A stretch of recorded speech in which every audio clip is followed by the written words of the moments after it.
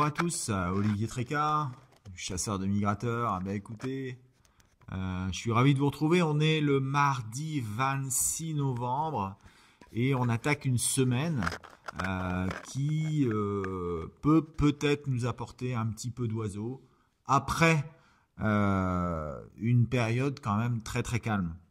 Depuis vendredi dernier, eh bien, il n'y a pas eu de migration. Des oiseaux sont rentrés dans les terres à la faveur des coups de vent, mais c'est, j'allais dire, du déplacement hivernal, des oiseaux qui sont stockés en mer, qui rentrent à l'intérieur, du fait du dérangement du vent. C'est pas de la migration en provenance du nord. Alors ça peut être intéressant pour la chasse à la hutte, mais c'est pas vraiment de la migration. Alors je pense que là on a quand même épuisé un peu la réserve d'oiseaux stationnés en mer, en particulier là où il n'y a pas de réserve, et on rentre dans le très très dur. La nuit dernière, il y a quasiment eu rien, nulle part. Alors traditionnellement, les oiseaux sont en hivernage début décembre. Avec le retard de cette année, je pense qu'on peut s'attendre à du mouvement jusqu'au 10-20 décembre pour les retardataires. Il va falloir se méfier quand même. On n'est pas à l'abri d'un dernier mouvement d'automne dans cette première décade de décembre. Alors globalement, dans les prochains jours, changement de temps avec mise en place de haute pression sur l'Europe continentale, ce qui pourrait nous envoyer quelques retardataires justement. Pourquoi pas justement au cours de la nuit de jeudi à vendredi, voire peut-être dans celle de vendredi à samedi, essentiellement je pense quand même sur l'est de la France. Un petit mot sur MigTracker, même les bredouilles doivent être enseignées. Statistiquement, toutes les nuits sont importantes. Il n'y a pas, je veux dire, une nuit où il y a 12 pauses n'est pas une nuit plus importante qu'une bredouille, statistiquement parlant. Donc, toutes les nuits sont importantes. Toutes les nuits que vous faites doivent être enseignées. D'autant plus que quand on fait un capot, c'est quand même assez facile à faire. On met 0 partout et on fait envoyer. Voilà. Donc, merci à tous ceux qui nous envoient toutes leurs nuits. C'est vraiment génial. Et puis aussi, encore un merci à tous les gens qui nous envoient des cahiers sous forme Excel. C'est formidable, particulièrement parlant. Et statistiquement très important pour avoir le plus d'informations possibles sur des nuits qui sont assez anciennes. Par exemple, il y a 10 ans, il y a 8 ans, il y a 6 ans. Ça permet de voir l'évolution, ça permet de tracer des graphes d'évolution de présence de canards, etc. Et voilà, c'est vachement sympa. Il y a quelqu'un qui m'appelle, mais je le rappellerai après. Voilà. Donc, écoutez, je vais pas en dire plus. Moi, j'ai préparé mes prévisions. J'attends celles de Thierry. Attention donc à ces nuits de mercredi, jeudi et vendredi, où il pourrait peut-être y avoir un petit quelque chose. Voilà. Donc, n'hésitez pas non plus à nous envoyer vos cahiers. Remplissez bien MigTracker. Et à vendredi pour la nouvelle mise à jour. Allez, à bientôt. Ciao tout le monde. Bonjour à tous, en ce 26 novembre 2024, bonjour aux chasseurs de migrateurs, aux MigTrackers. C'est une journée importante, bien sûr pour nos prévisions, mais c'est aussi une journée importante car aujourd'hui, comme vous le savez peut-être, il y a la réunion à Bruxelles concernant des décisions qui ont une importance capitale pour notre chasse. Je ne vais pas m'étaler sur les conditions dans lesquelles cette réunion a été préparée, avec un manque de concertation épouvantable, avec des arguments pseudo-scientifiques. C'est malheureux pour nous, c'est vraiment dommage. Et donc, il reste qu'à prier que les choses se passent à peu près correctement, mais il n'y a pas de garantie pour ça. Alors voyons ensemble qu'est-ce qui va se passer cette semaine pour nos migrations. Pour le nombre de pauses, la meilleure nuit des 5 derniers jours, c'était jeudi. Comme on vous l'avait annoncé, mercredi et jeudi devaient être bons, ça a été jeudi. difficile de dire quel jour ça serait précisément. Voilà. Donc une semaine quand même relativement, on va dire, moyenne, voire médiocre. À propos de cette journée de jeudi qui avait été marquée par la neige, il est à noter que deux régions ont dépassé toutes les autres, c'est les Flandres, avec une moyenne de pause à 5, ce qui est quand même assez important, et la région Côte d'Azur, Camargue, Occitanie, qui a aussi eu de très très beaux résultats. On a de bons résultats sur le nord-est, sur la Sambre, l'Aisne et l'Oise, et aussi sur la baie d'Évesse. Les autres régions n'ont pas eu la chance de nos amis des Flandres, du Sud et du Nord-Est. Pour les capots, on est un petit peu moins que la moyenne, surtout jeudi bien sûr, puisque c'était la meilleure journée des 5 derniers jours. Donc on n'est pas dans un bon scénario, clairement pas. Alors pour les 5 jours qui viennent, encore une fois, c'est assez difficile de faire un pronostic. Pourquoi? Parce qu'on a un anticyclone qui va se présenter, mais cet anticyclone, il va être moyen en force, en taille. Il se positionne difficilement, pas forcément au mauvais endroit. Et en plus, on a sur les meilleures zones de départ une dépression importante qui va se mettre. Donc tout ça fait que les prévisions, vous allez voir, ne sont pas si bonnes de mon côté. Peut-être un peu moins bonnes que celles d'Olivier, mais bon, c'est ce que dit la base, hein. Pour ce soir, on a une dépression sur la Scandinavie, des vents d'ouest pratiquement à nord-ouest de la mer du Nord jusqu'à la Baltique. L'anticyclone, il est centré au nord-ouest des îles britanniques. Pour moi, ce n'est pas quand même une situation extraordinaire. Elle n'est pas toute nulle. Il y aura peut-être un petit passage en provenance du UK, mais ce ne sera pas géant, certainement pas. Pour demain soir, mercredi, l'anticyclone gonfle un peu sur l'Irlande et l'Écosse, à 1020, bon, ce qui est quand même pas géant, mais nous avons une tempête ou un coup de vent, voire un coup de vent sur les Pays-Bas, avec une très grosse dépression, des grosses pluies, et donc ça, c'est quand même un très gros point d'interrogation pour une migration majeure. Donc j'ai laissé un 7 pour tenir compte du courant anglais qui pourrait peut-être amener quelques oiseaux. Mais côté Pays-Bas et Benelux, moi j'y crois vraiment pas du tout, du tout. Voilà.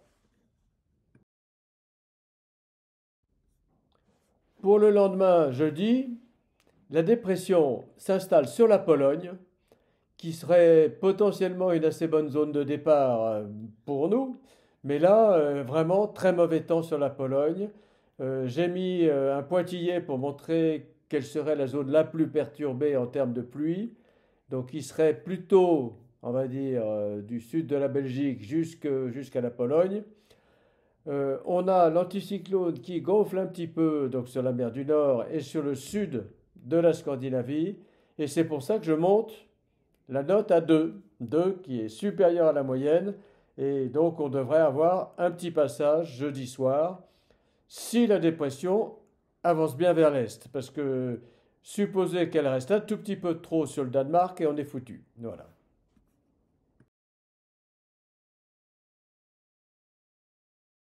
Pour vendredi, j'ai fait mon travail de compilation en regardant l'historique des nuits comparables à la nuit de vendredi soir. Et j'ai trouvé deux nuits comparables.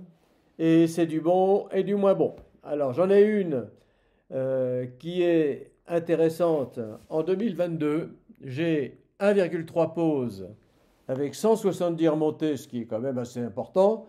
L'anticyclone est centré sur la Pologne, Sud-Pologne, 1039, un bel anticyclone, et malgré ça, ça n'a pas apporté grand-chose, avec des vents de sud-sud-est un peu partout sur l'Europe. On a une nuit bien meilleure, mais avec que 5 remontées malheureusement, avec un anticyclone à 1036 sur la Pologne aussi. Et donc ça nous a donné 2,6 pauses. C'était il y a beaucoup plus longtemps, puisque c'était en 1986, je crois. Alors, il n'y a pas de garantie pour vendredi soir, hein. Donc c'est ça que ça veut dire. On peut avoir un bon scénario, un mauvais scénario. Je suis un peu perplexe. Alors pour vendredi soir, moi, mon scénario, c'est à peu près la même chose que je dis. Des notes à 2, c'est-à-dire un passage, mais pas un passage d'une intensité extrême, avec un risque important de brouillard sur le nord de la France, sur le Benelux. Ce brouillard, il est lié au fait que l'anticyclone, il n'est pas énorme, il n'est pas très fort, et qu'en plus, donc les lignes isobars sont assez éloignées les unes des autres. Donc les vents seront au sud-ouest sur l'Angleterre, ils seront au sud-ouest sur la mer du Nord, au sud-ouest sur le Danemark. Tout ça, c'est quand même pas de très bon augure pour un passage géant.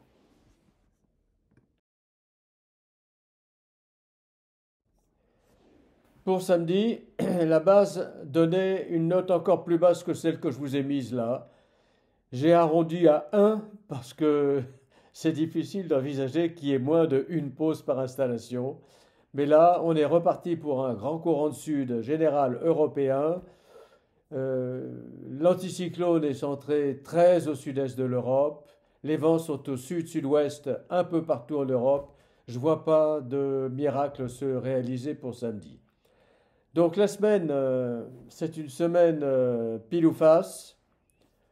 Je n'y crois qu'à moitié, vraiment qu'à moitié. Et donc c'est pour ça que j'ai mis des notes, on va dire, intermédiaires. Je ne crois pas au miracle pour cette semaine. Je vous souhaite une bonne bredouille et à très bientôt. Au revoir. Bon, et bien voici mes prévisions. Alors, pour cette nuit de mardi à mercredi, hein, du 26 au 27 novembre, on a toujours cette grosse zone dépressionnaire qui est centrée sur la Scandinavie. Et on a une mini dorsale à 1016, 1018 là, hein, qui est au nord de l'Écosse. En revanche, en dessous de la flèche blanche, là, on a une tempête qui arrive sur les côtes de la Manche. Donc on va avoir du vent de sud-ouest assez fort sur les côtes de la Manche. Au sud, eh bien, on a un anticyclone qui envoie du 1020 hein, de Bordeaux jusque la Pologne, voilà. Et sur l'Espagne, sur le sud de la France, etc., il n'y a quasiment pas de vent. Donc pour moi, il n'y a pas vraiment de bonnes conditions de départ, hormis ben voilà, très très à l'est, hein, sur la Volga, vers l'Ukraine, vers la mer Noire. Donc ça ne nous concerne pas vraiment. Pour moi, c'est 0,5, un peu comme la veille, quasiment rien, sachant qu'il va y avoir peut-être du fort vent et des risques de submersion, mais comme les marées sont basses, je pense que ça ne devrait pas poser de problème sur les côtes de la Manche. Mercredi à jeudi, eh ben, cette fameuse dépression, la petite tempête, là, elle est centrée sur le Danemark. Donc il y a un retour d'est sur la Scandinavie, sur la mer du Nord, et ça rentre sur le Benelux. Les hautes pressions, ben, elles s'installent sur les îles britanniques, hein, et elles vont communiquer avec celles du sud par la suite. Donc c'est quand même pas mal. C'est un poil plus attractif que la veille, hein, sauf qu'il va y avoir quand même beaucoup de pluie sur la mer du Nord. Cela dit, juste après la pluie, il se pourrait qu'il y ait quelques oiseaux qui débarquent petit à petit. Bon, le jet n'est pas bon, mais derrière la tempête, peut-être qu'il pourrait y avoir un petit quelque chose sur le nord-ouest et le nord-est de la France. Voilà, c'est un petit peu plus attractif, je dirais 1,5 étoile, voilà, 1 étoile plus, mais sinon les conditions ne sont pas vraiment exceptionnelles, d'autant plus qu'on a eu les mêmes conditions en mieux la semaine dernière, et ici, il ne s'est rien passé. Jeudi, vendredi, bon, alors là, ça commence à être un petit peu mieux. Vous voyez, déjà, on a les hautes pressions qui sont centrées sur l'Allemagne à peu près, hein, mais qui vont jusqu'en la moitié environ de la Scandinavie, avec 1024, hein, ça descend assez bas. On a le jet qui se met bien en place, mais plutôt à l'est de la France. Il y a une quart de lune. Il n'y aura pas beaucoup de vent sur la France. J'y crois moins qu'en début de semaine, mais j'y crois encore un petit peu. Je pense que ce sera en particulier sur la moitié est de la France. Sur la moitié ouest, il ne devrait pas y avoir grand-chose. Donc, plutôt 2 moins sur la moitié ouest et 2 plus sur la moitié est, sachant qu'il pourrait démarrer des oiseaux, justement, de Tchéquie, d'Allemagne du Sud, etc., vers la Suisse, vers la vallée du Rhône et vers la Camargue. Ça pourrait être tout à fait intéressant. Il pourrait aussi y avoir des oiseaux qui arrivent sur les lacs du nord-est de la France. Vendredi à samedi, alors on a une grosse anticyclone. 1036 hectopascales centrée assez à l'est au nord de l'Ukraine. Bon, alors ça peut être intéressant. Pour un passage de continentaux, c'est possible. Donc Sarcelles, Chipot, Milouin, essentiellement sur le sud-est, mais aussi un petit peu sur le nord-ouest du pays. L'est sera plutôt favorisé, hein, parce que les oiseaux devraient prendre un trajet beaucoup plus intérieur. Il va y avoir du vent de sud-est sur la Belgique et la Hollande. Il peut y avoir des oiseaux qui partent, là aussi, mais ce sera extrêmement côtier. En revanche, je vois bien un petit quelque chose arriver sur l'est du pays, comme la veille, mais en plus fort. Donc plutôt 3 étoiles sur l'est, j'allais dire la moitié sud-est du pays, et 2 étoiles sur la moitié nord-ouest. Attention à cette nuit de vendredi à samedi, ça peut peut-être être intéressant. Samedi à dimanche, on est noireau. Le vent repart au sud. En revanche, les pressions, elles se tassent un peu.